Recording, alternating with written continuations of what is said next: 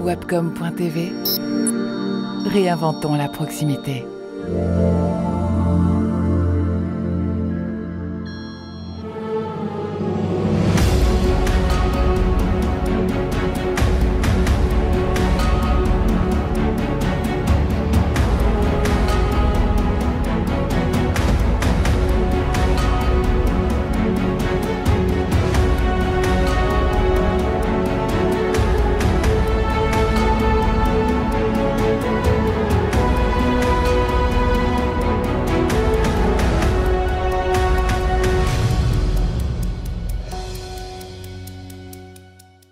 Bienvenue pour ce nouveau magazine des territoires, des trophées des territoires. Voilà, donc avant toute chose, donc j'aimerais quand même vous annoncer une bonne nouvelle et pour cela, donc j'aimerais laisser le privilège à M. Jean-Philippe Delbonnel, donc le président du groupe Delbo Presse, de vous l'annoncer lui-même. Allez, essayons de nous connecter avec M. Delbonnel.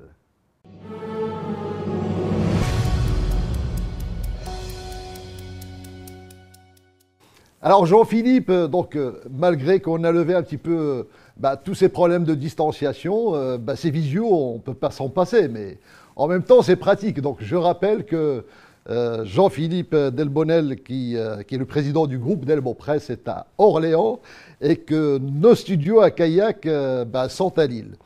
Jean-Philippe, je pense, alors je vais vous laisser le privilège d'annoncer donc à nos lauréats donc cette bonne nouvelle. Alors c'est quoi ?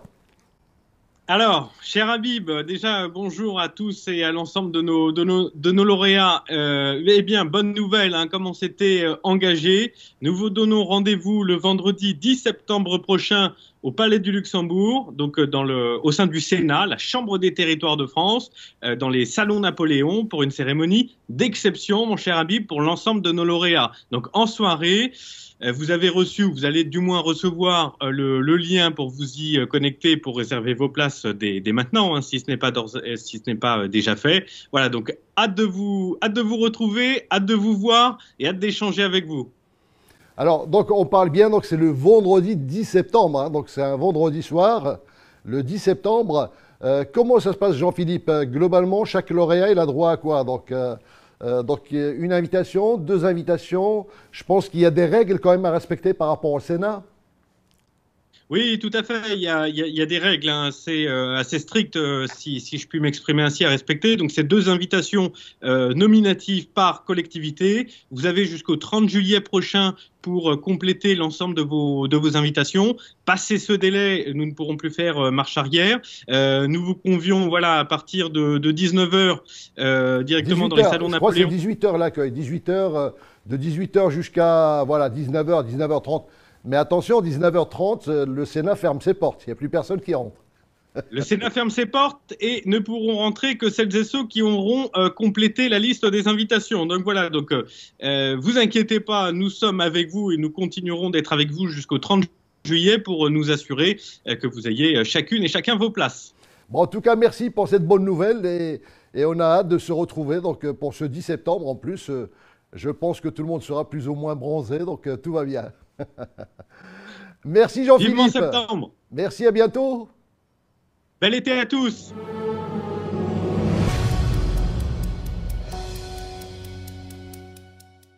Alors voilà, donc vous le savez maintenant, donc c'est le 10 septembre, donc c'est un vendredi, ça se passe à partir de 18h au Sénat, donc dans le salon Napoléon. Donc nous vous attendons, nous espérons que vous serez tous là en tout cas. Et bien l'objet de cette émission, c'est de vous présenter à chaque fois des lauréats. Les précédentes émissions, nous en avons déjà présenté une bonne douzaine, donc je vous propose de vous les rappeler quand même.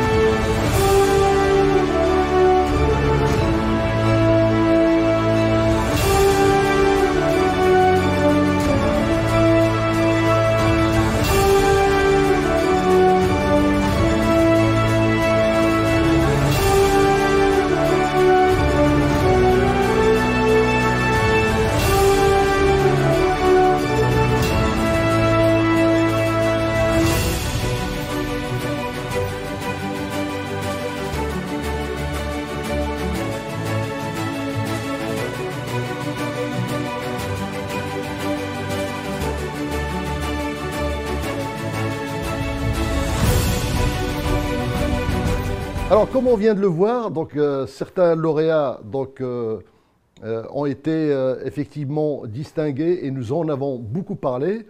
Par contre, d'autres, nous n'avions pas de reportage sur leurs distinctions, sur leurs actions.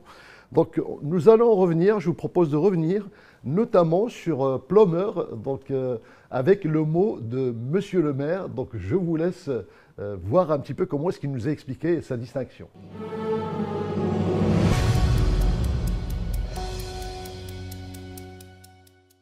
Alors merci au Trophée des Territoires pour avoir primé la ville de Plumeur au titre de l'année 2021 pour sa performance énergétique, LED, chaufferie biomasse, panneaux photovoltaïques. La ville a investi dans les énergies renouvelables et ce prix est une vraie récompense pour les élus, pour les services ayant travaillé sur ce sujet. C'est vrai qu'à horizon 2022, la ville de Plumeur va économiser près de 620 tonnes de CO2. L'intégralité de l'éclairage public va passer en éclairage 100% LED. 100% LED, ça va être la seule ville de notre catégorie de population à être avec un éclairage 100% LED.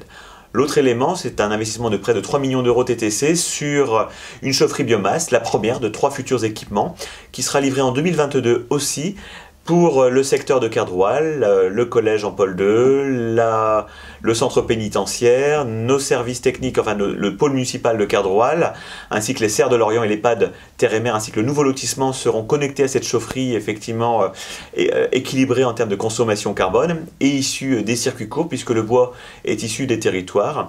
On a différents autres sujets, par exemple une école à Plumeur comme l'école maternelle d'Esnos sera couverte de panneaux photovoltaïques et c'est le début effectivement d'une véritable transition énergétique de notre territoire. Donc un grand merci pour ce prix Trophée des Territoires 2021 pour la ville de Plumeur.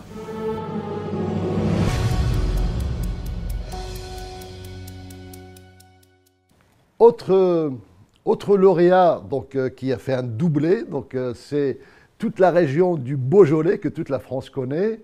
Eh bien, nous en avons déjà parlé dans une précédente émission.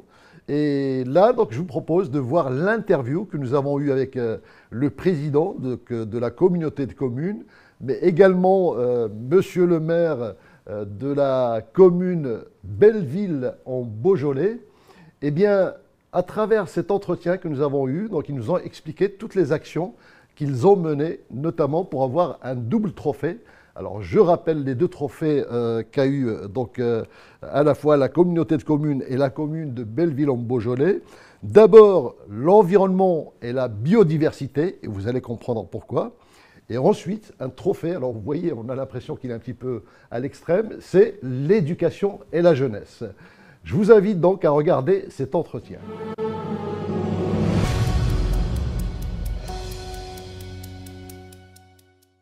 Merci Monsieur le Président, merci Monsieur le maire d'être parmi nous pour cet entretien.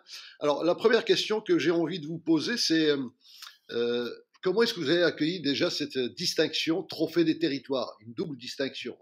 Ce double trophée, c'est une vraie satisfaction, une satisfaction pour nous, mais ça c'est peut-être secondaire, mais satisfaction pour le territoire surtout, et puis pour les élus qui composent nos deux assemblées, que ce soit la communauté de communes ou la commune. Voilà, réelle satisfaction, c'est clair. Très honoré. Alors pour moi, en tant que maire de Belleville et puis bien sûr vice-président auprès de Jackie pour la communauté de communes, c'est toujours une formidable nouvelle d'être reconnu comme un territoire qui agit. Parce que justement, ce que reprochent les citoyens aux partis politiques, à l'État, c'est l'inaction. Et on a besoin de mettre en avant les actions locales. Et je trouve que sur notre commune de Belleville en Beaujolais ou sur la communauté de communes, on a beaucoup d'actions, des actions qui sont plutôt exemplaires. Et c'est très important pour le citoyen, pour les agents qui travaillent la mise en place de ces événements, de ces thématiques, de voir qu'il y a une reconnaissance, on va dire, nationale à travers des magazines ou des outils de communication comme le vôtre, parce que ça attache aussi un sentiment d'appartenance à un territoire. Alors juste avant d'aller un petit peu plus loin sur vos actions, vous avez quand même une particularité dans ces trophées des territoires. Donc d'abord la première, c'est que vous avez fait un doublé, parce que vous êtes également deux entités qui travaillent ensemble. C'est quoi cette histoire? Racontez-nous. Si vous voulez, l'histoire, c'est en fait dès le départ, la communauté de communes Saône-Beaujolais s'est créée en 1995, mais dès le départ, il y a eu une histoire commune avec Belleville qui s'est concrétisée quelques années plus tard par une mutualisation complète des services à partir de 2008. Mutualisation complète, c'est-à-dire qu'on a un seul DGS et l'ensemble des agents de la communauté de communes sont mutualisés avec Belleville, c'est-à-dire qu'ils servent indifféremment l'une des deux collectivités, et même plus large, puisqu'il y a des syndicats qui sont venus s'agréger à cette mutualisation. Donc c'est ce qui fait certainement la particularité de notre structure, de notre territoire, de la communauté de communes et de Belleville, c'est en fait un travail ensemble permanent. Alors, je regardais Jackie en souriant pendant qu'il parlait. Il y a quelque chose qui est très important à nos yeux, c'est de garder la convivialité. Dans le Beaujolais, c'est une vraie identité que tout le monde nous reconnaît, c'est la convivialité beaujolaise. Et Jackie, comme moi-même, et l'ensemble des maires de la communauté de communes, on essaye de la cultiver. C'est pas parce qu'on travaille sérieusement qu'on ne peut pas le faire dans la bonne humeur.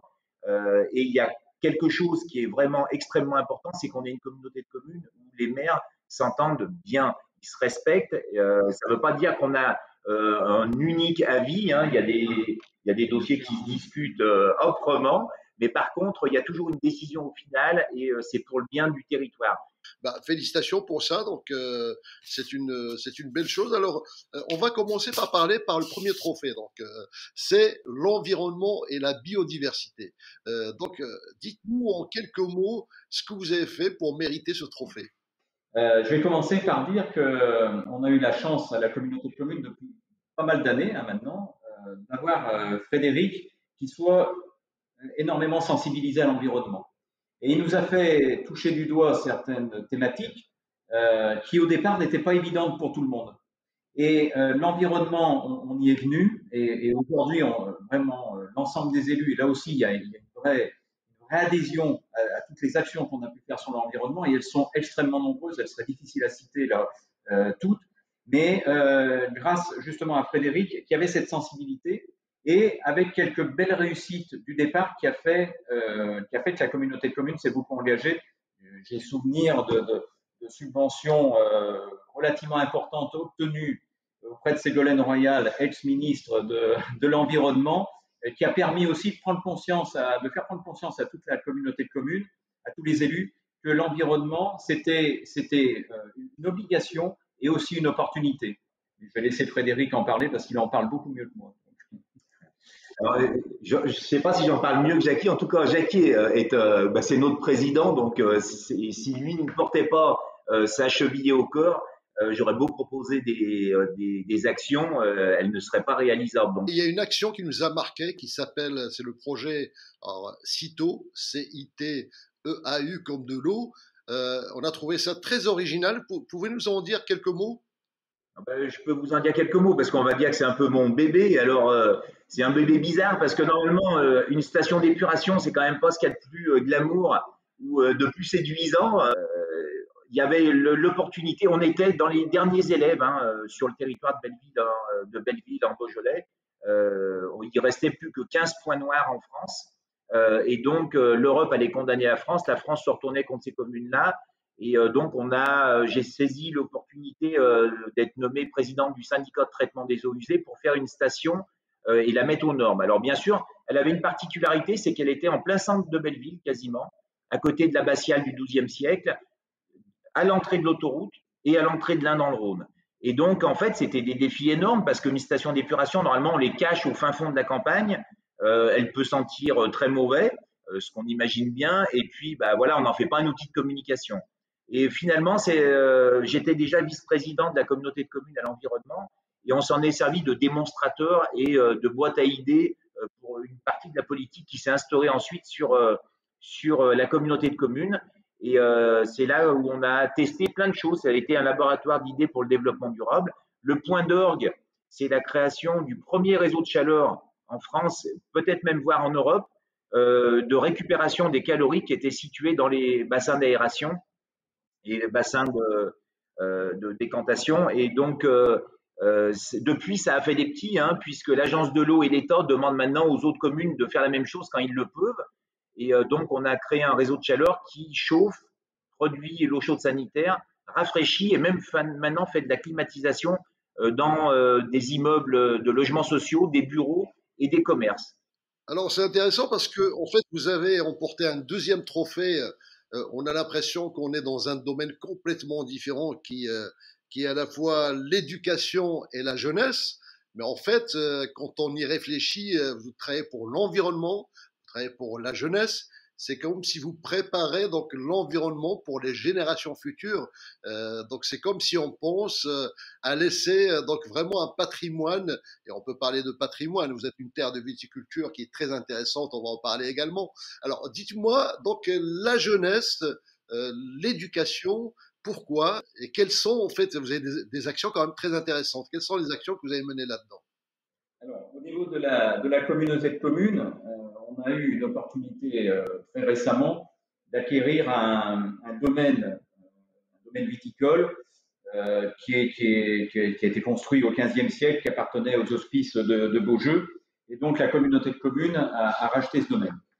Dans ce domaine, on a une partie qui va être assez innovante en termes de recherche de nouvelles générations de viticulteurs, parce qu'on a aussi des viticulteurs aujourd'hui qui vieillissent, qui vont laisser leur place. Et donc là, c'est transmettre le savoir aux futures générations et permettre à ces jeunes de s'installer. Ça, c'est le premier volet. Le deuxième volet, c'est d'installer un campus des métiers qui va permettre de faire de la recherche sur tout le volet viticole. Le Beaujolais, c'est avant tout une image de vin, de viticulture. Et donc, on avait le souci de voir sur notre territoire s'installer une vraie zone de recherche. On a la chance d'avoir le seul lycée viticole de Rhône-Alpes sur notre territoire. Et donc, en lien avec ce lycée viticole, on a postulé pour être campus des métiers. Et donc, c'est une vraie opportunité à saisir. Et pour nous, c'est l'avenir. Hein. L'enseignement, tout ce volet-là, c'est l'avenir et c'est la base de la vie aussi. Donc, mais pour la jeunesse, est-ce qu'on peut expliquer concrètement ce que fait la communauté de communes, ce que fait la commune de Belleville en Beaujolais dans ce cadre-là? Alors, la communauté de communes, par exemple, elle agit depuis plus de 15 ans avec les écoles primaires. On a cinq espaces naturels sensibles sur le territoire de la communauté de communes qui sont cultivés en lien avec la communauté de communes et le département. Et chaque école primaire a des actions sur pédagogique de découverte et d'éveil à l'environnement sur ces espaces naturels sensibles qui sont très variés. Ça peut être la forêt d'Avenant, ça peut être les prairies montables du Val-de-Saône, c'est le Mont-Brouilly, c'est les Landes du Beaujolais. Et donc, avec des prestataires liés à l'environnement. Et donc, depuis plus d'une quinzaine d'années, la communauté de communes avec le département finance les trajets en car, les interventions sur le territoire et après le travail en classe. Donc ça, c'est pour les écoles primaires. Et là, actuellement, Belleville en Beaujolais, mais ça glissera sûrement sur la communauté de communes à un moment ou un autre, puisqu'on vous a parlé de campus des métiers, mais a été lauréat de Campus Connecté. Campus Connecté, on sera donc, il n'y avait pas de campus connecté dans le Rhône, et là, il va y avoir un campus connecté à Belleville en Beaujolais. Qu'est-ce que c'est un campus connecté? Eh bien, on donne la possibilité à des étudiants du territoire de suivre des parcours supérieurs directement sur place, chez eux, avec des tuteurs qui sont embauchés par la collectivité. Et on s'aperçoit on croit que, parce que Lyon est à 40 minutes de route, on croit que c'est accessible à toutes les familles. En fait, avoir un campus connecté sur son territoire, c'est ramener de l'équité. Il y a des familles qui ne peuvent pas financer un appartement et des études supérieures, et puis il y a même à proximité. Et donc, et on s'aperçoit en plus que quand il y a un campus connecté sur un territoire, le taux de réussite est quasiment doublé par rapport à un campus universitaire classique, parce que là, il y a un tutorat, donc avec un nombre qui est bien plus restreint d'étudiants et qui sont mieux accompagnés pour faire des études. Donc, on est très fiers d'avoir un campus connecté qui va ouvrir ses portes à la rentrée. Alors, je dois vous poser une question, enfin, je ne peux pas ne pas vous la poser. Est-ce qu'il est arrivé? Est-ce qu'il est arrivé? Ben, le Beaujolais nouveau, pardi, donc. Ah, bien sûr, il arrive tous les ans. Alors, en plus, comme tous les ans, c'est le millésime du siècle. Parce que d'année en année, il est de mieux en mieux. Oui, vous avez raison, il est arrivé. Alors, donc, juste pour terminer, ça fait des années que vous travaillez ensemble, donc j'imagine qu'il y a bon, on sent qu'il y a une complémentarité d'abord de savoir et de connaissances, d'expérience. Il y a aussi une complémentarité, je dirais, de caractère. C'est qui le rêveur et celui qui est terre à terre entre les deux? Comment ça se passe? Alors, je crois que là-dessus, on est bien d'accord, mais Fred le confirmera. Je suis le terre à terre et Fred est le rêveur. J'en suis pas si sûr. Et ça peut être l'inverse, effectivement. Ça peut être l'inverse. Il y a le jour et la nuit, et c'est Ouais. pas. Alors, effectivement, ça peut être l'inverse. Quand je disais terre à terre, c'est plus, moi j'ai un peu de volet gestion, on va dire, et après, il faut aussi de l'ambition. C'est pour ça que c'est pas aussi évident que ça. Et Fred a raison. Ça peut être l'inverse. Lors d'un prochain film, vous verrez, il y aura peut-être Jackie en tenue de motard et moi en costume. Eh ben, venez avec cette tenue lors de la cérémonie, je suis sûr que ça fera sensation. Donc, en tout cas, on vous attend pour la belle cérémonie qu'on essaie d'organiser et on espère qu'on aura l'occasion de vous voir. Eh bien, messieurs, merci pour cet entretien. Donc, bravo encore et félicitations. Et donc, à bientôt pour d'autres communications que l'on fera sur ces trophées de territoire, en tout cas. Merci beaucoup. Hein. Merci.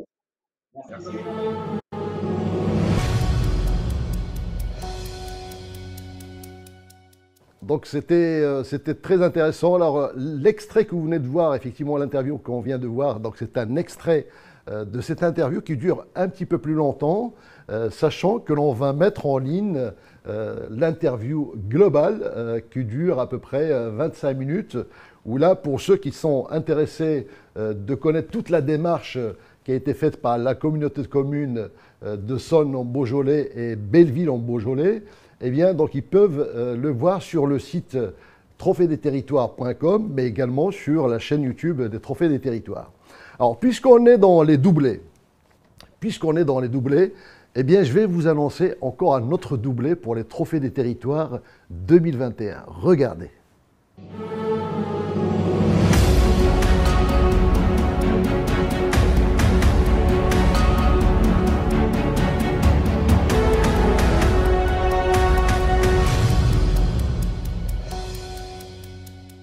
Alors vous l'avez vu, c'est un doublé donc pour Saint-Étienne que nous félicitons bien évidemment, à la fois pour la culture et puis pour l'action sociale et solidaire. Pour mieux comprendre ce que fait Saint-Étienne, rien ne vaut les images. Regardez.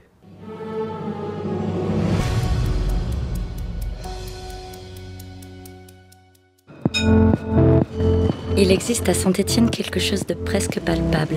Je pense que je n'ai jamais vraiment réussi à l'expliquer. Ici, on sait faire entendre nos idées. On les matérialise.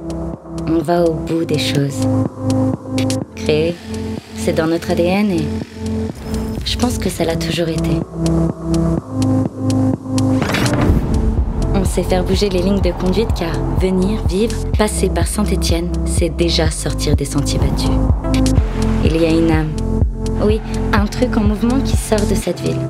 Un grand mélange qui se combine à nos yeux parfaitement. Le design, on le retrouve un peu partout, même là où on l'attend pas. Inventer, innover, du design social au design mobilier. Chez nous, il y a cette proximité avec la nature. Elle s'est presque invitée en ville. Du vert partout.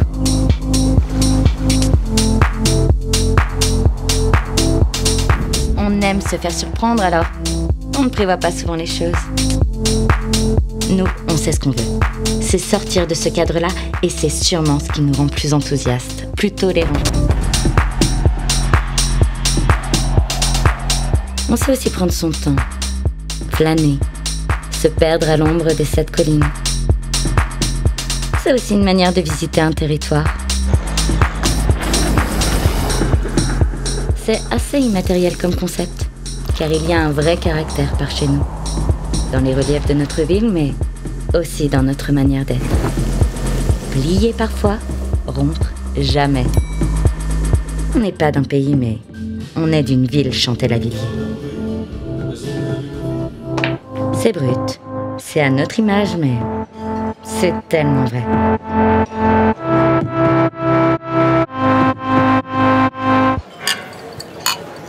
Non, j'en suis sûre. À Saint-Étienne, il y a vraiment quelque chose d'autre.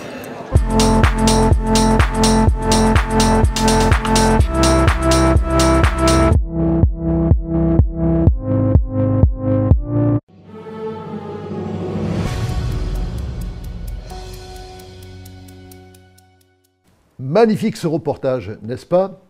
Eh bien, je vous propose de voir un autre trophée qui a été remporté, cette fois, par la commune de Saint-Orens de Gameville. Regardez quel trophée Saint-Orens de Gameville a remporté.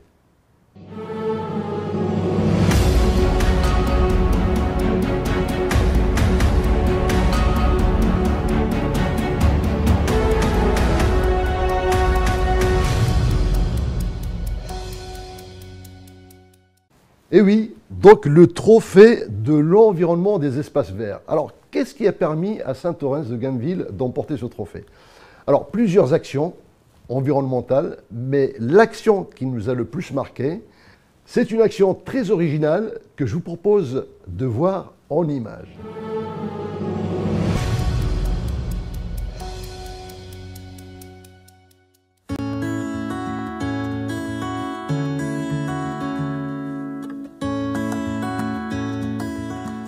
Saint-Orens est une commune de la première couronne toulousaine. Toulouse est une ville avec une forte croissance démographique.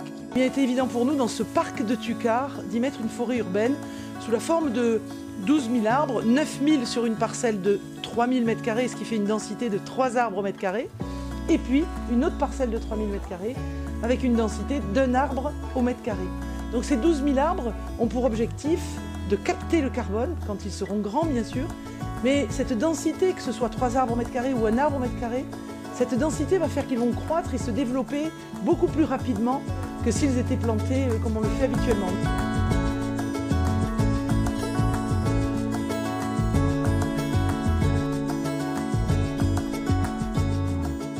On est sur le projet de Saint-Orens, donc sur lequel on plante une forêt selon la technique Miyawaki.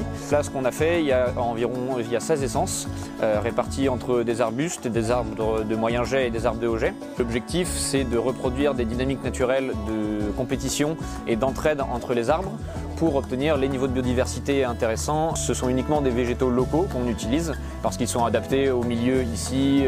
Ils ont l'habitude de pousser ici, donc dans les portes du Lauragais. Là, l'objectif, c'est que la forêt devienne rapidement autonome, que la forêt se débrouille toute seule, entre guillemets, que les dynamiques de compétition se mettent en place et avoir un optimum de captation de carbone et d'îlots de biodiversité, voilà, au cœur de ce projet qui est quand même dans la ville de Saint-Orens, donc qui va apporter, en tout cas on l'espère, un poumon vert et un réservoir et un habitat pour la faune, donc les oiseaux, les rongeurs, insectes, apporter d'autres bénéfices qu'on connaît, notamment de climatisation de l'air, parce que les arbres font ça donc, en dégageant de l'humidité, apporter de la biodiversité dans un contexte urbain.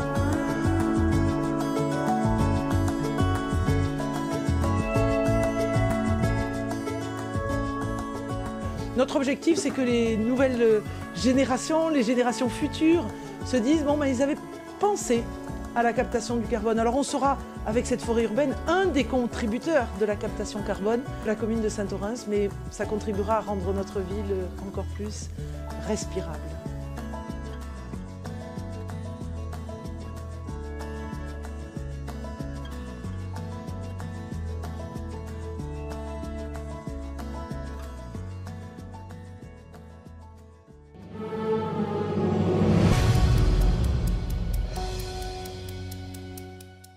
Alors, nous allons revenir à des trophées qui ont été emportés, notamment par des initiatives qui ont été prises par rapport au contexte sanitaire. Et effectivement, il y en avait pas mal, il y avait pas mal de distinctions. Regardez déjà cette distinction qui nous semble très intéressante.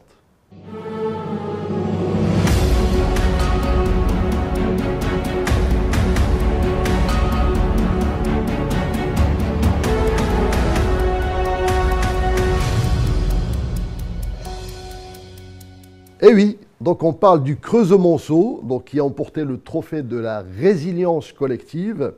Alors résilience collective, pourquoi? Parce qu'il y a eu tout un dispositif avec des assises, avec de la concertation, avec plusieurs acteurs.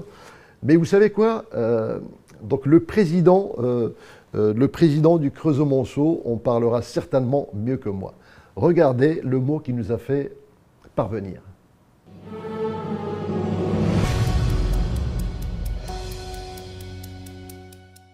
Je tiens à remercier le groupe Delbo Presse qui s'est intéressé à une démarche que nous avons lancée au niveau de la communauté urbaine, les Assises de la relance économique, dans un contexte très particulier de crise sanitaire puis de crise économique. J'ai souhaité que nous ayons une réflexion collective avec tous les acteurs qui font le développement économique. La communauté urbaine porte cette compétence et donc il était nécessaire que l'intelligence collective puisse se projeter dans une démarche de travail pour les 15 années qui viennent. C'est ce que nous avons fait au travers de ces assises, avec des ateliers, et puis ensuite la séance plénière qui s'est tenue d'une manière très particulière, puisqu'elle ne pouvait pas se tenir en public, et donc sous forme de studio. Mais ça a été une réussite grâce au travail de tous. Elle nous a permis à la fois de restituer les travaux que nous avons faits, dans le cadre de ces assises, et puis de faire connaître le territoire bien au-delà de son propre périmètre pour le faire rayonner. C'était aussi l'objectif. La conclusion est que nous avons dégagé 50 actions qui vont nous permettre de nous projeter pour savoir qu'est-ce que nous devons conserver en termes d'aide au monde économique, qu'est-ce que nous devons mettre en place de nouveau, qu'est-ce que nous devons conforter. Tout ça, encore une fois, dans un esprit de travail collectif. C'était ça l'essentiel. Ce trophée, qui est un trophée décerné dans la catégorie innovation et résilience, correspond tout à fait à l'état d'esprit que nous avons voulu pour ces assises. Et j'en remercie très sincèrement le groupe Delbo.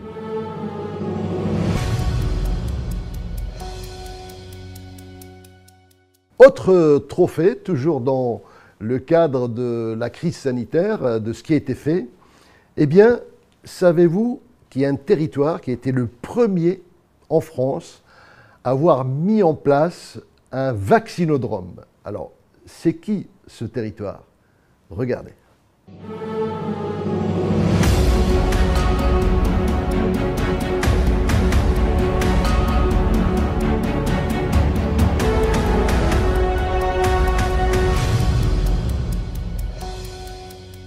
Saint-Quentin en Yvelines, effectivement, premier vaccinodrome parce que, effectivement, les pouvoirs publics ont pris des décisions très rapidement. Eh bien, il n'y a pas mieux que le président de Saint-Quentin en Yvelines pour nous en parler.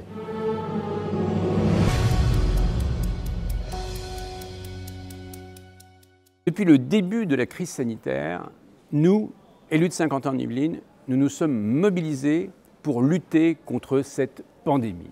Distribution de masques chez les commerçants, plan de relance pour soutenir les acteurs économiques de notre territoire, création d'une plateforme Shop in Sky pour soutenir notre commerce local, organisation massive de dépistage pour l'ensemble de la population, avec des créneaux dédiés pour nos entreprises. Le tout en étroite collaboration avec les autorités de santé, la région Île-de-France et le département des Yvelines.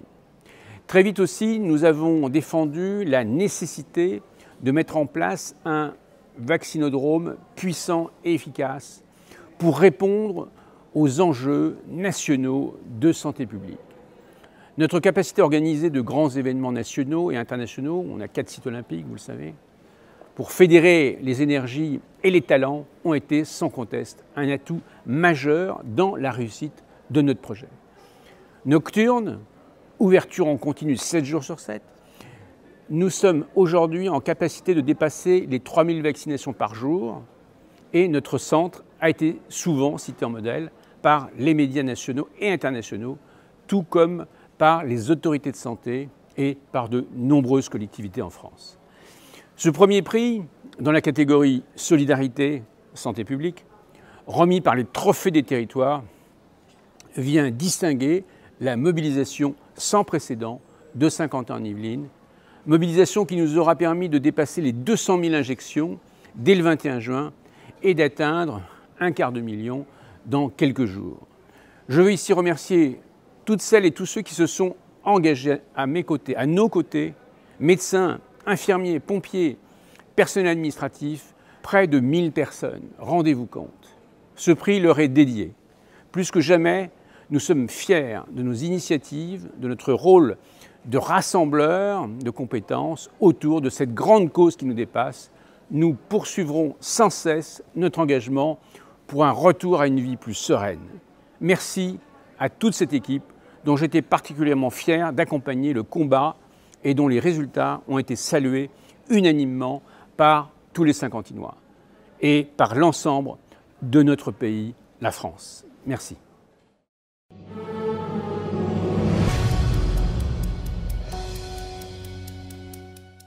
Par rapport à toutes ces initiatives face à la crise sanitaire, donc nous avons bien vu que tous les territoires ont travaillé sur deux axes principaux, à la fois l'action sanitaire, bien évidemment la résilience, on se rappelle aussi de la résilience du Grand Est, l'action économique qui est très importante pour effectivement faire face à toutes les conséquences que cette crise sanitaire a générées ou va générer. Eh bien, il y a un territoire qui a rajouté un élément et qui a mérité un trophée par rapport à ça. Regardez de qui il s'agit.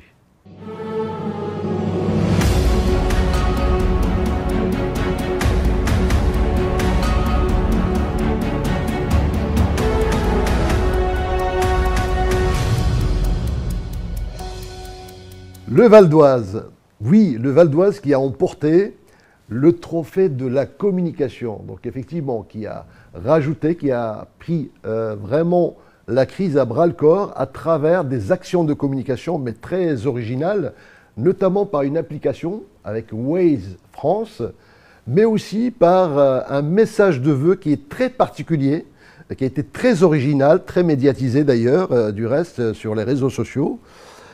Et nous allons laisser notamment Madame la Présidente, parce que pour la première fois ce territoire a une présidente, nous expliquer à travers ce reportage toutes les actions qui ont été faites pour mériter le trophée de la communication dans les trophées des territoires 2021.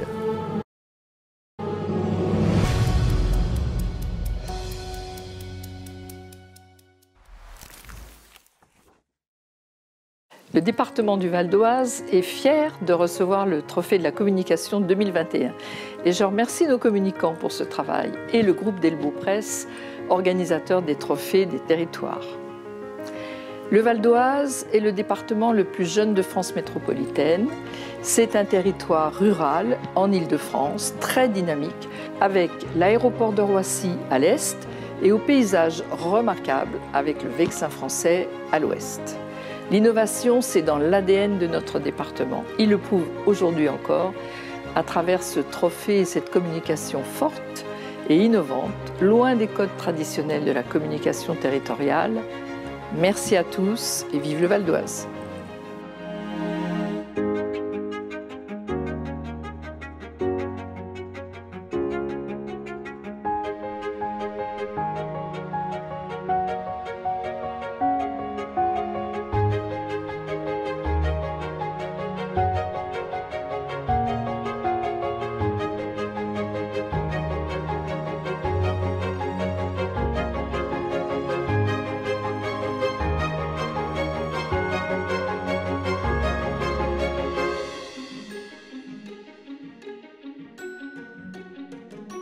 Dans cette campagne de communication, le département a mobilisé son partenariat avec Waze France pour intégrer dans cette application toutes les adresses des producteurs locaux du territoire dont la vente est ouverte directement à la ferme. Ce référencement, il a été accompagné d'une campagne de push qui se déclenchait pour tous les usagers à moins de 2 km d'un producteur local et quand le véhicule était à l'arrêt plus de 4 secondes. Cette campagne de communication en partenariat avec Waze France a été vue par près d'1 million d'usagers. Après l'année exceptionnelle que l'on a tous vécue en 2020, la présidente du département ne souhaitait pas réaliser des vœux 2021 traditionnels dans un format froid et très institutionnel. Le Val d'Oise a de nombreux atouts, on le sait, comme sa population, parmi la plus jeune de France. Il a donc été décidé que ça serait cette jeunesse qui serait mise en avant dans ces vœux 2021 dans un format original. Le concept, en fait, c'est une collégienne valdoisienne et comédienne qui prononce le discours de la présidente dans une scénographie décalée et inédite. La vidéo des vœux de la présidente, elle a été diffusée le 31 décembre 2020 et elle a atteint un record de vues, près de 15 000.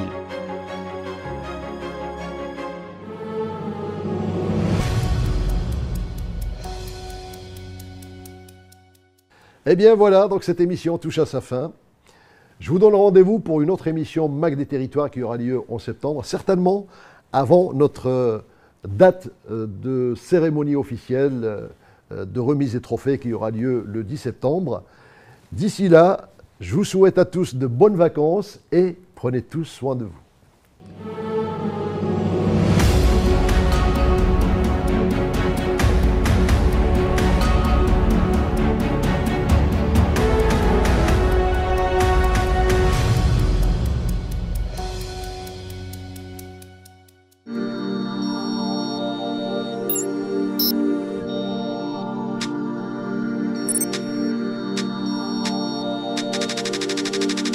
Webcom.tv, réinventons la proximité.